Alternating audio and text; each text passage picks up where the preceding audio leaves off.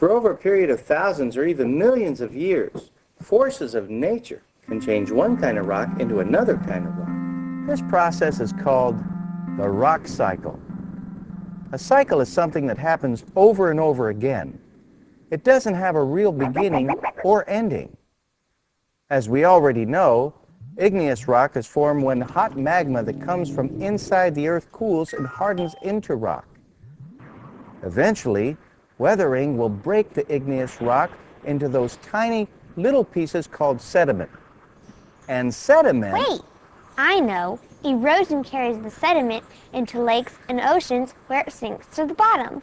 Layers of sediment press upon other layers of sediment until finally a sedimentary rock like sandstone is created. Very good, Marquis. When sedimentary rocks become exposed on the surface of the Earth, weathering and erosion can start the cycle over again, and new sedimentary rocks are formed from old. Or, instead of becoming exposed, the sedimentary rock can become buried in the earth where heat and pressure can change it into a metamorphic rock like quartzite. Or, the sedimentary rock could become completely melted. So, when it moves up towards the surface and cools, it would become igneous rock, right? I think you've got it. Care to give another example? Well, that igneous rock could be pushed back down into the earth.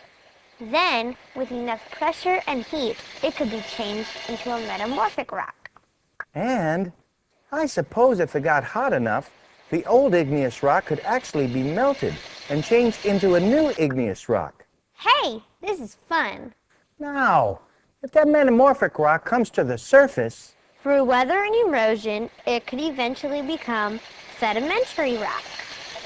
But what would happen if that metamorphic rock stayed under the surface? Well, if there was enough pressure and if it got hot enough, it could be changed into another kind of metamorphic rock. Or, if it got really hot and melted into magma, and then erupted like a volcano, it would become igneous rock when it cooled and hardened. So what has the rock cycle taught you, Marquis? Rocks are continually changing, and igneous, sedimentary, and metamorphic rocks can all become each other.